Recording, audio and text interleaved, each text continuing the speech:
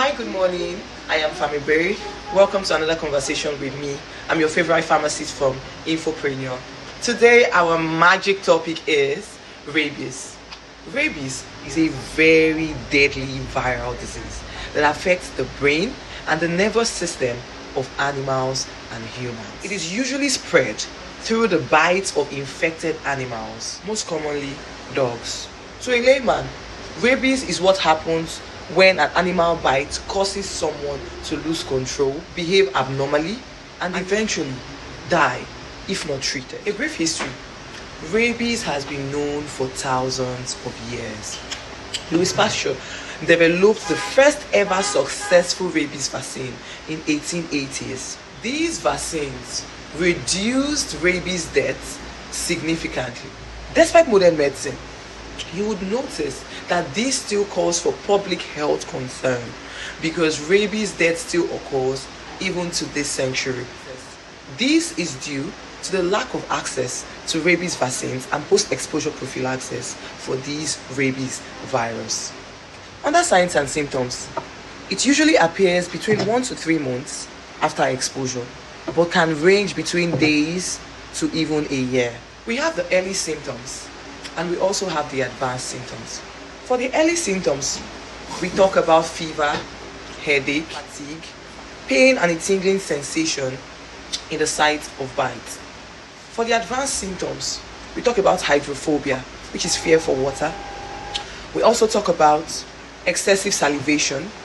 We also talk about difficulty in swallowing, agitation, confusion, hallucination. We also talk about paralysis, seizures, and even coma. Under diagnosis, there is no single test to test for the presence of rabies while the person is still alive and not yet symptomatic. However, we rely on these diagnoses.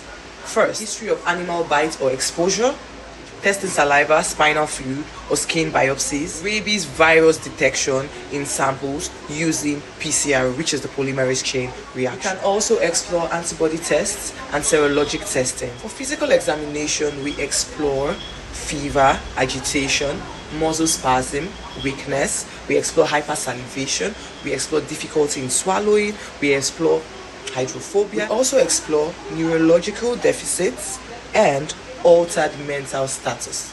Under clinical presentation, a person with rabies often progresses from a flu-like symptom to neurological problems like anxiety, confusion, hydrophobia, and paralysis. Without prompt treatment, death is always nearly the outcome in most cases once symptoms appear. Under differential diagnosis, we talk about ailments or diseases that mimic rabies. Here we explore tetanus because of the similar muscle spasm and rigidity that is also same in rabies. We also explore encephalitis because of the inflammation to the brain. Remember that in rabies we have neurological effects, and then in encephalitis we also do have inflammation to the brain. We also check out psychiatric disorder due to the hallucination that is similar in rabies. Rabies is distinct because of the exposure to animal bites and also the rapid neurological decline. Rabies is caused by the rabies virus, which is also a Lissa virus, transmitted through bites or scratches from infected animals.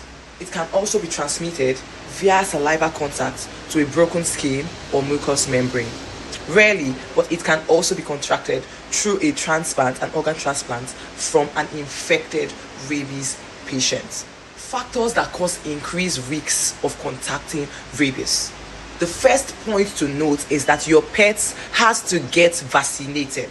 It is very important for you to note that a safe pet to the environment or a safe animal to the environment is a safe rabies-free society. So the first point is to vaccinate each and every pet and animal for rabies. Reduce the spread of the rabies virus to the society and the community at large. Another factor is living in an endemic area for rabies and also lack of post-exposure prophylaxis. For treatment, once symptoms appear, death is almost certain, if not 100% certain.